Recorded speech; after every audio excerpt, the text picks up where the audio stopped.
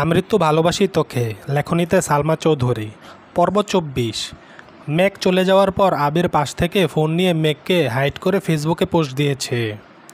ভালোবাসি তোকে সেই পুনরঅনুভবে, এ মনের জগতে রাজকুমারী শুধু তুই। কেটে গেল আবিরের নির্ঘুম রাত, তবে এই রাত কষ্টের নয়। কাউকে মিস করার তীব্র অনুভূতি সারা রাত ঘুমাতে দেয়নি আবিরকে। শুক্রবার ১০টার পর আবির ঘুম থেকে উঠে ফ্রেশ হয়ে বেরিয়ে গেছে বাসা থেকে। ঘণ্টাখানেক পর মেঘ সোফায় বসে টিভি দেখছিল। আবির সাদা রঙের শর্ট হাতার টি শার্ট পরেছে। শক্তপোক্ত বাহুতে টি শার্টের হাতাটা টাইট হয়ে আছে। চুল দাড়ি ছোট করে কেটে সুন্দর একটা হেয়ার স্টাইলও করেছেন। চোখে সানগ্লাস দিয়ে ড্যাশিং লুকে বাসায় ঢুকছে। মেঘের চোখ দরজার দিকে পড়তেই আবির ভাইকে দেখে বিস্ময়কর চোখে তাকিয়ে অকস্মাৎ বলে উঠল, হায় মে মার যাউঙ্গা। আবির কাছাকাছি এসে সানগ্লাস খুলে মেঘের দিকে তাকিয়ে দুবার ভ্রু নাচালো।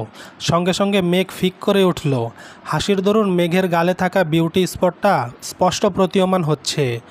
আবির দৃষ্টি সরিয়ে নিজের রুমে চলে গেছে। আবির ভাইকে দেখার পর আর টিভি দেখতেও ইচ্ছে হচ্ছে না মেঘের।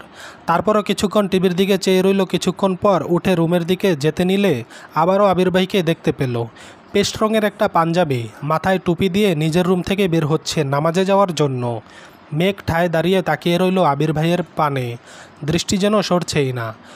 আবির মেঘের কাছাকাছি এসে মেঘের চোখ দিয়ে তাকিয়ে থমথমে কণ্ঠে শুধালো, এখন ভালো লাগছে তো? মেঘ উপর নিচ মাথা নেড়ে চিবুক নামিয়ে বিড়বিড় করে বলল, ফিদা। মেঘ বিড়বিড় করে বললেও আবির শব্দটা স্পষ্ট শুনেছে। আবির মুচকি হেসে সহসা স্বাভাবিক কণ্ঠে বলল, আমার রুমে টেবিলের উপর তোর জন্য গিফট রাখা আছে, দেখিস পছন্দ হয় কি না। আবির দীর্ঘ পায়ে সিঁড়ি দিয়ে নেমে বেরিয়ে যাচ্ছে। মেইন গেট পেরিয়ে অষ্টাদশী অপলক দৃষ্টিতে তাকিয়ে আছে রাজপুত্রের গমনপথে। অধরের কোণে মৃদু হাসিটা এখনও লেগেই আছে।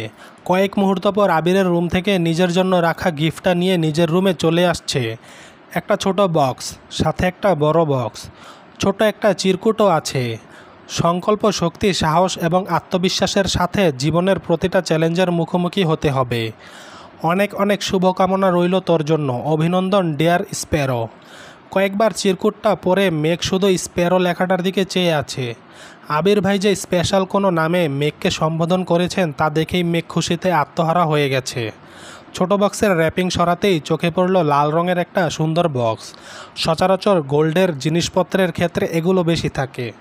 বক্স খুলতেই চোখে পড়ল সুন্দর ডিজাইনের একটা গোল্ডেন ব্রেসলেট। মেঘ আশ্চর্য নয়নে তাকিয়ে আছে ব্রেসলেটের দিকে। মেঘের সকল অপূর্ণ ইচ্ছে আবির ভাই যেন ধীরে ধীরে পূরণ করেই যাচ্ছে। আইফোন, ল্যাপটপ, নূপুর, বাইকে ঘোরা থেকে শুরু করে ছোট বড় কত কত ইচ্ছে পূরণ করতেই যেন মেঘের জীবনে আবির ভাইয়ের আগমন ঘটেছে। ব্রেসলেট হাতে দিয়ে ঘুরিয়ে ফিরিয়ে দেখছে। ফোন নিয়ে কয়েকবার ছবিও তুলেছে।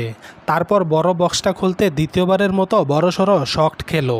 10 কালারের 2 সেট করে মোট 20 ডজন কাচের রেশমি চুড়ি বক্সে জ্বলজ্বল করছে, সাথে অনেকগুলো আংটি। মেঘ চুরির দিকে চেয়ে মনে মনে ভাবছে, যেই মানুষটা আমার সাথে ঠিকমতো কথাই বলে না, উঠতে বসতে এত রাগ দেখান, থাপ্পড় মারেন, উনি এসব কিছু আমার জন্য এনেছেন। যাকে এতদিন অনুভূতিহীন ভেবে আসছি, উনি আসলে এতটাও অনুভূতিহীন নয়। মেঘ সব কালারের চুড়ি পরে পরে ছবি তুলেছে। গতকাল তানভীর একটা ব্র্যান্ডের ঘড়ি দিয়েছিল, সেটা পরেও ছবি তুলেছে। সবগুলো হাতের ছবি একসাথে করে ফেসবুকে পোস্ট করেছে। পোস্ট করার সঙ্গে সঙ্গে বন্যাকে কল করেছে। বন্যাও গোল্ডেন জিপিএ 5 পেয়েছে। গতকাল দুজনেই ব্যস্ত থাকার কারণে কথা বলতে পারেনি। বন্যা ফোন রিসিভ করেই বলল, এত গিফট তোরে কে দিল রে? মেঘ সশব্দে হেসে বলল, আমার স্বপ্নের নায়ক। বন্যা কপাল কুঁচকে বলল, আবার ফালতু ব্যাটারে নিয়ে স্বপ্ন দেখছিস? মেঘ ঠোঁট কামড়ে বলল, আমি কি করব? আমার এত ভাল লাগে কেন ওনারে? বন্যা স্বাভাবিক কণ্ঠে বলল, সেসব বাদ দে, চল বিকেলে দেখা করি। পাখি আর মায়াও বলছে বের হবে। অনেক দিন দেখা হয় না ওদের সাথে।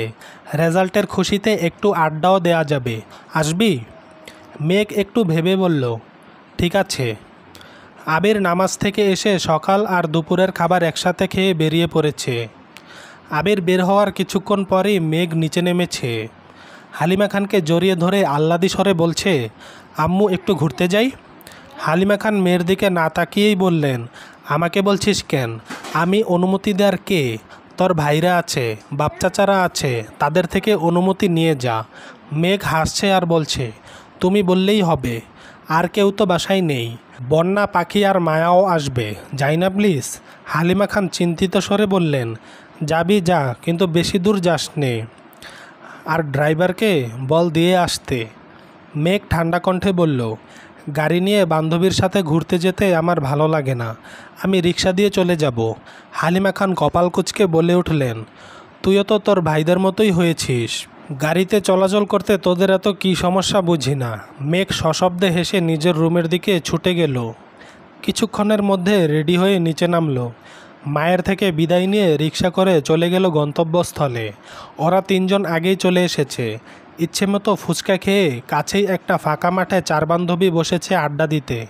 পড়াশোনা, পরিবারের কথার শেষে প্রেমের টপিক উঠল। পাখির বিয়ে ঠিকঠাক, অ্যাডমিশন টেস্টের পরেই খালাতো ভাইয়ের সাথে বিয়ে। এদিকে মায়ারও বয়ফ্রেন্ড আছে, জগন্নাথ বিশ্ববিদ্যালয়ে পড়ে। তাই মায়া মনে প্রাণে চেষ্টা করছে যেন জগন্নাথ বিশ্ববিদ্যালয়ে চান্স পেতে পারে।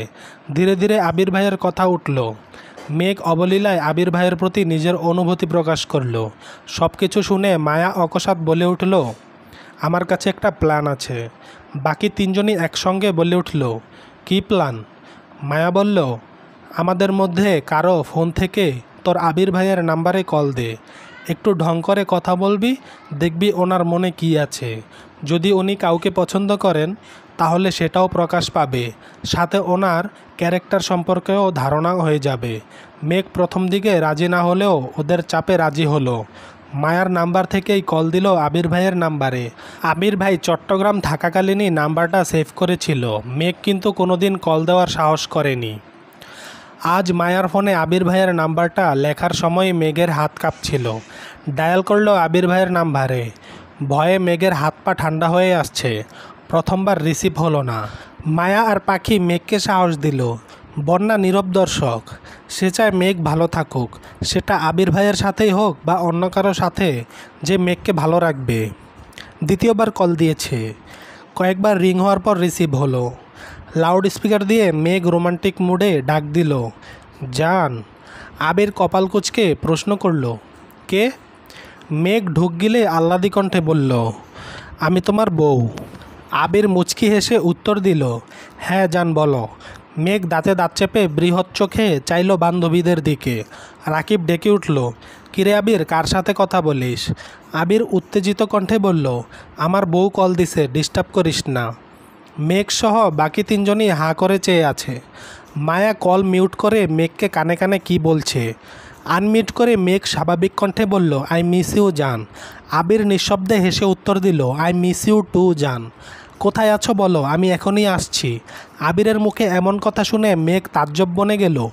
নিঃশ্বাস যেন গলায় আটকে যাচ্ছে, শরীর ঘামতে শুরু করেছে। নিজের কানকে বিশ্বাস করতে পারছে না।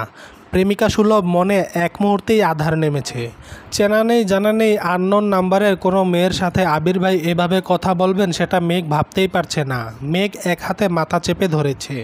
আবির পুনরায় প্রশ্ন করল, কি হলো? কথা বের হচ্ছে না গলা দিয়ে। মায়া আর পাখির ঠেলায় মেঘ ধীরকণ্ঠে শুধু বলল, কিছু না। আবির এবার স্বভাবসুলভ গম্ভীর কণ্ঠে প্রশ্ন করল, কোথায় বসে বাদরামি করা হচ্ছে শুনি? আবির ভাইয়ের প্রশ্নে মেঘ আরও বেশি আশ্চর্যান্বিত হলো। কয়েক মুহূর্ত নীরব থেকে কাঁপা কাঁপা কণ্ঠে বলল, মানে। আবির কণ্ঠ দ্বিগুণ ভারী করে জবাব দিল, বাসা থেকে একা বের হয়েছিস? একবার জানানোর প্রয়োজন মনে করলি না? এত বড় হয়ে গেছিস? মেঘের চোখ কোটর ছেড়ে বেরিয়ে আসার অবস্থা হলো। শুধু দীর্ঘশ্বাস ফেলছে। এভাবে আবির ভাইয়ের কাছে ধরা পড়ে যাবে এটা ভাবতেও পারেনি। লাউড স্পিকার অফ করে ফোন কানে ধরেছে। মেঘকে নিশ্চুপ থাকতে দেখে আবির নিরেট কণ্ঠে বলল, যেখানে নিঃশ্বাসের শব্দে আমি তোর অস্তিত্ব উপলব্ধি করতে পারি, সেখানে তোর কণ্ঠ আমি চিনব না? ভাবলি কিভাবে? মেঘ পাথরের ন্যায় বসে আছে। আবির ভাই কি বলছে তার কিছুই মাথায় ঢুকছে না। সে যে ধরা পড়ে গেছে এটা ভেবেই লজ্জায় মরে যেতে ইচ্ছে করছে। আবির ভাই কি না কি ভাববে। থাপ্পড় না দিয়ে বসেন আবার। থাপ্পড়ের কথা মনে পড়তেই সঙ্গে সঙ্গে গালে হাত দিল মেঘ। আবির পুনরায় প্রশ্ন করল, কোথায় আছিস? মেঘ তখনও গালে হাত দিয়ে নিস্তব্ধ হয়েই বসে আছে। আবির রাগান্বিত স্বরে বলে উঠল, কি হলো বল। মেঘের গলা কাঁপছে। কোনো রকমে জায়গার নামটা শুধু বলল। আবির স্বাভাবিক কণ্ঠে জানালো, আমি কিছুক্ষণের মধ্যে আসছি, বলেই কলটা কেটে দিল। আবির ভাই কল কাটতেই অষ্টাদশীর আকাশের পানে চেয়ে বড় করে দীর্ঘশ্বাস ছেড়ে বলল, আল্লাহ বাঁচাও আমায়, আর জীবনে এমন কাণ্ড করব না, এবারের মতো বাঁচিয়ে নাও। বন্যা চিন্তিত স্বরে শুধালো, কি হয়েছে, বকা দিছে? পাখি আর মায়াও অবুঝের মতো চেয়ে আছে। মেঘ এপাশ ওপাশ মাথা নেড়ে জানালো, কিছুক্ষণের মধ্যে আসবে, দোয়া কর যাতে মাইর না খাই। এই কথা শুনে পাখি, মায়া আর বন্যারও তটস্থ হয়ে গেছে। সবাই চিন্তায় পড়ে গেছে। ফাজলামো করতে গিয়ে এভাবে সিরিয়াস হয়ে যাবে ভাবতে পারেনি। কিছুক্ষণের মধ্যেই একটা বাইক এসে থামলো রাস্তার পাশে। সেই নামাজের সময় পরা পাঞ্জাবিটা দেখেই মেঘ চিনতে পারল। মেঘ সেদিকে চেয়ে দাঁতে দাঁত চেপে ভয়ে ভয়ে বলল, আবির ভাই। বাকি তিনজনের নজর পড়ল সেদিকে। আবির বাইক থেকে নেমে বাইকের সাথে হেলান দিয়ে দাঁড়িয়ে হেলমেট খুলছে। বন্যা আবির ভাইকে আগে দেখলো, পাখি আর মায়া আগে দেখেনি। মায়া উত্তেজিত কণ্ঠে বলল, উনি কি আবির ভাই? বন্যা জবাব দিল, হ্যাঁ। মায়া পুনরায় বলল, আল্লাহ কি হ্যান্ডসাম, মাশাল্লাহ, এত কিউট জানলে আমিই কথা বলতাম, পটিয়ে আমার করে নিতাম। মেঘ রাগান্বিত স্বরে বলে উঠল, আমার আবির ভাইয়ের দিকে কেউ নজর দিবি না বলে দিলাম। কথাটা বলেই মায়ার ফোন নিয়ে সেখান থেকে আবির ভাইয়ের নাম্বারটা ডিলিট করে ফোন রেখে নিজের পার্টস নিয়ে রাগে ফুসতে ফুসতে উঠে চলে গেছে। মেঘের এমন কাণ্ডে পাখি আর মায়া দুজনেই হাসছে, কিন্তু বন্যা স্তব্ধ হয়ে চেয়ে আছে মেঘের দিকে। আবির ভাইয়া কিভাবে রিয়েক্ট করবেন সেটা দেখতে ব্যস্ত বন্যা। মেঘ আবিরের কাছাকাছি আসতেই আবির তীক্ষ্ণ দৃষ্টিতে মেঘের দিকে চাইল। ক্রোধিত মুখশ্রী দেখে আবির কপাল গোটালো। মেঘের সরু নাকের ডগা ফুলে উঠেছে, ঘামে চিকচিক করছে মুখ, সাথে লাল হয়ে আছে দুগাল। মেঘ কাছাকাছি আসতেই আবির ঠান্ডা কণ্ঠে শুধালো, রাগ উঠেছে কেন? আরও আড্ডা দিলে যা, আমি ওয়েট করছি, সমস্যা নেই। মেঘ রাগে ফুসতে ফুসতে উত্তর দিল, আড্ডা দিব না, চলে যাব। আবির চিন্তিত স্বরে বলে উঠল, কি হয়েছে, কে কি বলেছে? মেঘ মনে মনে বলছে, আপনার উপর কারো নজর আমি সহ্য করতে পারবো না। আবির ঠান্ডা কণ্ঠে শুধালো, চলে যাবি? মেঘ উপর নিচ মাথা নাড়ালো। আবির নিজের হেলমেটটা মেঘকে নিজের হাতে পরিয়ে দিচ্ছে। মেঘ ভ্রু কুঁচকে আবির ভাইয়ের দিকে চেয়ে প্রশ্ন করল, এটা তো আপনার হেলমেট, আমায় দিচ্ছেন যে? আবির ভারী কণ্ঠে উত্তর দিল, রাকিবের হেলমেট নিয়ে আসছি, আমি ওইটা পরব। এই দৃশ্য তিন বান্ধবী অবাক চোখে দেখছে। বন্যা এবার স্বস্তির নিঃশ্বাস নিচ্ছে। আবির ভাইয়া রিয়েক্ট করেননি, সেই অনেক। পাখি হাসি মুখে বলছে, মেঘ ওনাকে পেলে সত্যি অনেক হ্যাপি থাকবে, দোয়া করি মেঘ যেন ওনাকে পেয়ে যায়। মায়াও সঙ্গে সঙ্গে তাল মেলালো। কয়েক মুহূর্ত পর আবির বাইক স্টার্ট দিয়ে চলে গেল। ওরা তিনজনও যে যার বাড়ির উদ্দেশ্যে রওনা দিল। আবির মেঘকে একটা ভালো মানের হেলমেটের আউটলেটে নিয়ে গেছে। মেঘকে লেডিস হেলমেট পছন্দ করতে বলে আবির সাইডে বসে আছে। মেঘ ঘুরে ঘুরে দেখছে। অনেক ঘুরে তিনটা হেলমেট নিয়ে হাজির হলো আবিরের সামনে। ছোট করে প্রশ্ন করলো, কোনটা নিব? আবির তিনটা হেলমেট পাশে রেখে ভারী কণ্ঠে বলল, আমার জন্য পছন্দ করে নিয়ে আয়। মেঘ আহাম্মকের মতো চেয়ে আছে, নড়ছেও না জায়গা থেকে। আবির কপাল কুঁচকে তাকালো, গম্ভীর কণ্ঠে বলল, কি বললাম আমি? মেঘ চুপচাপ চলে গেল। অনেক খুঁজে দুটা নিয়ে আসছে। আবির সবগুলো হেলমেট ভালোভাবে দেখে প্যাকিং করে দিতে বলল। মেঘ বিস্ময় চোখে চেয়ে কোমল কণ্ঠে বলল, এত হেলমেট নিয়ে কি করবেন? হেলমেট তো একটা হলেই হয়। আবির চোখ রাঙিয়ে মেঘের দিকে চাইল। মেঘ সঙ্গে সঙ্গে চিবুক নামালো গলায়। মনে পড়ে গেল হিজাব কেনার ঘটনা। মনে মনে বলছে, কি মানুষ রে বাবা, আমি কনফিউজ হয়ে ওনার কাছে এসেছি, আর উনি পছন্দ না করে সবগুলোই নিয়ে নিলেন। আমি যদি জানতাম উনি 5টায় নিয়ে নেবেন, তাহলে আমি 2টা হেলমেটই বেছে নিয়ে আসতাম। হেলমেট কিনে বের হয়ে আবির ভারী কণ্ঠে শুধালো, কাচ্চি খাবি? মেঘ স্বাভাবিক কণ্ঠে উত্তর দিল, হাবিজাবি অনেক কিছু খেয়েছি, এখন আর কিছু খেতে ইচ্ছে করছে না। আবিরও আর কথা বাড়ালো না। মেঘকে বাসার সামনে নামিয়ে নিজের মতো চলে গেছে। মেঘ হেলমেটগুলো আবির ভাইয়ের রুমে রেখে নিজের রুমে এসে রেস্ট নিয়ে পড়তে বসেছে। বেশ কিছুদিন চলে গেছে। মেঘের পড়াশোনার চাপ বেড়েছে। বিভিন্ন বিশ্ববিদ্যালয়ের আবেদন ছাড়ছে। ভর্তি পরীক্ষা ঘনিয়ে আসছে। পড়াশোনার ব্যস্ততার মাঝেও রোজ নিয়ম করে আবির ভাই অফিসে যাওয়ার সময় এবং রাতে ফেরার সময় ব্যালকনিতে দাঁড়িয়ে দেখে আবিরও অফিসের কাজে ব্যস্ত হয়ে পেরোচ্ছে। চারদিক সামলাতে যথারীতি হিমশিম খাচ্ছে। একদিন মেঘের কাচ্চি খেতে খুব ইচ্ছে করছে। তানভীর ভাইয়া নির্বাচনের কাজে ব্যস্ত, তাই ফোন দিতে সাহস হচ্ছে না। মিমের কাছে গিয়ে বলাতে মিম সঙ্গে সঙ্গে বলে উঠল, ভাইয়াকে বলো নিয়ে আসতে। মেঘ ঢুক গিলে বলল, আমি বলতে পারবো না, তুই কল দিয়ে বল। মিম ভয়ে ভয়ে জানালো, আমি বলবো? মিম টেলিফোন থেকে আবিরকে কল দিল। আবির রিসিভ করতেই মিম বলল, আসসালামু আলাইকুম ভাইয়া। আবির স্বাভাবিক কণ্ঠে উত্তর দিল, ওয়ালাইকুম আসসালাম, কিছু বলবি? মিম অকস্মাৎ বলে উঠল, আপুর কাচ্চি খেতে ইচ্ছে করছে।